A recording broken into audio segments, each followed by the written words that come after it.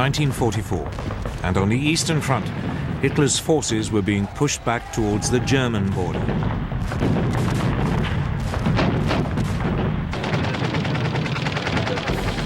But Germany was about to face a new threat. In the West, Allied forces had been preparing for months to open a new front in northwest France. Training for it was well underway.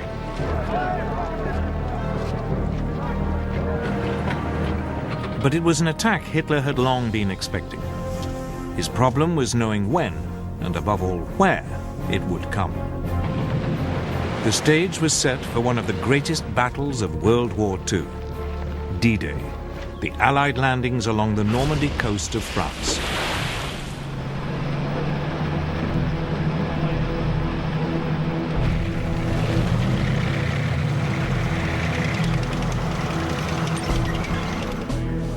Since the early years of the war, Britain's Prime Minister, Winston Churchill, had always been certain that at some point an Allied invasion of Northern Europe would be necessary.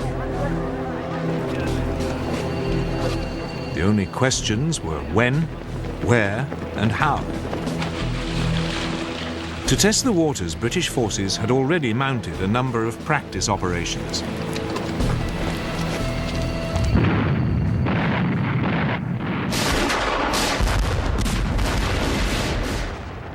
In December 1941, British commandos raided the Vargso Islands off the coast of Nazi-occupied Norway.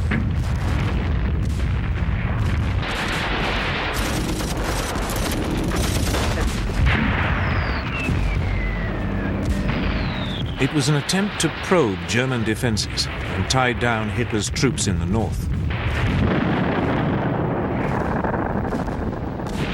A fish oil factory and coastal defenses were blown up before the commandos withdrew.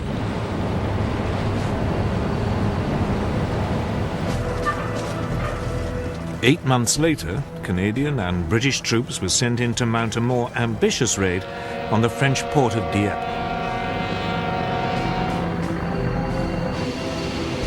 It too was designed to test the defenses and also to provide combat experience for the Canadians. But this time, it was a catastrophe.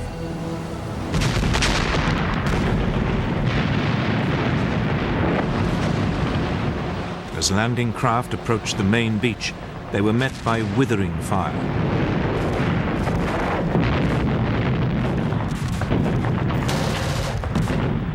Those troops that made it ashore were immediately pinned down.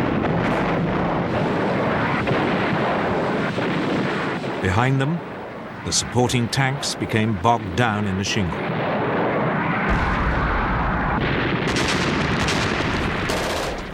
Few managed to scale the sea wall.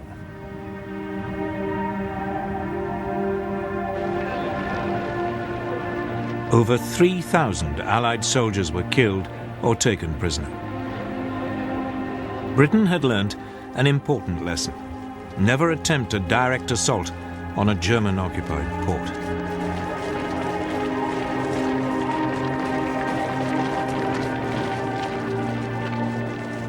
Equally importantly, the Dieppe disaster reinforced the British view that an invasion of Europe could not be rushed. Churchill understood it would require careful planning. Eventually, in April 1943, at an Allied conference in Washington, Churchill and the US President Franklin Roosevelt agreed upon a date.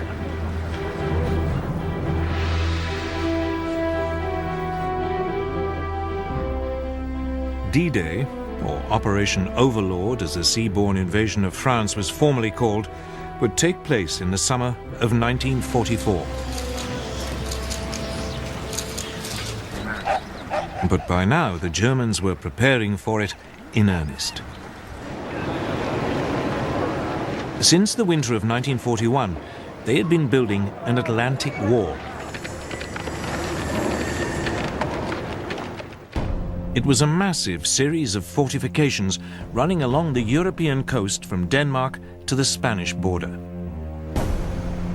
gun emplacements had been constructed at likely landing sites. Beaches had been mined and covered in barbed wire. Obstacles had been placed in strategic places to block landing craft. Hitler had boasted, "I am the greatest builder of fortifications of all time."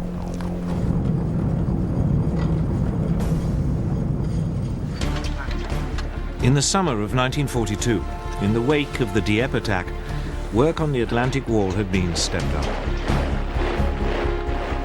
Hitler had also ordered an increase in troop numbers in the region. The German overall commander in the West, Field Marshal Gerd von Rundstedt, had been given 15 further divisions.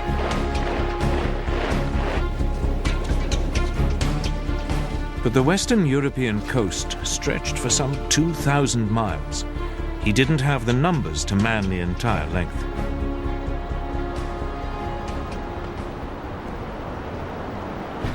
Von Rundstedt faced a difficult decision. Where should he position his overstretched forces to maximize their effect? The question led to bitter arguments inside the German leadership. Von Rundstedt proposed holding a large force of panzers in reserve northwest of Paris. He could then send it in against an invasion once he knew where it was happening.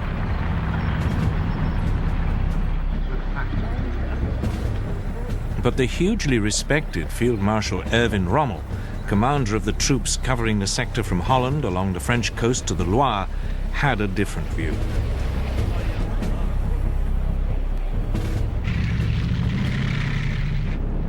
Rommel's concern was Allied air power.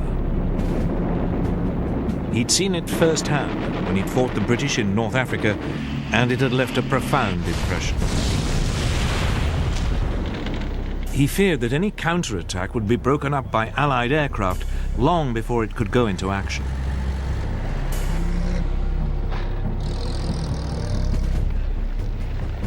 Rommel had also inspected Hitler's Atlantic Wall and found much of it wanting.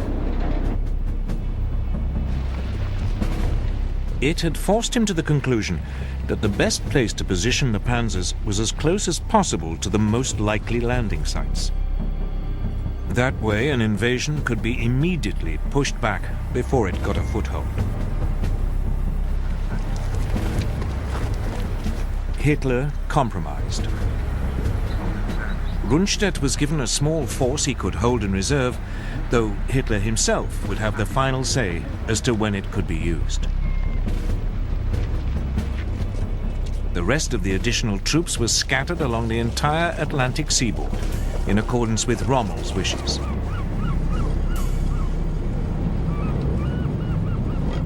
It would turn out to be the worst of all the solutions.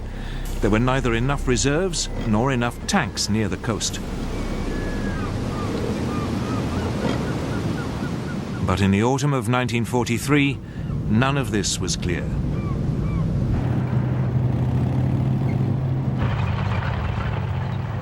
In Britain, the Allied planners were also grappling with the problem of location. Where was the best place to land?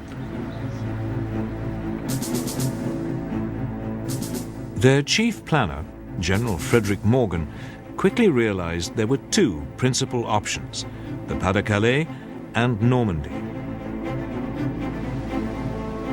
The Pas-de-Calais was clearly the favorite.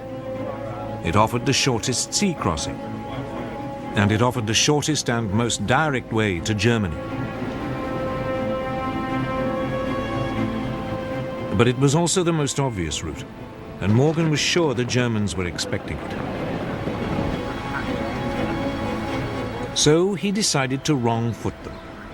Morgan would land in Normandy.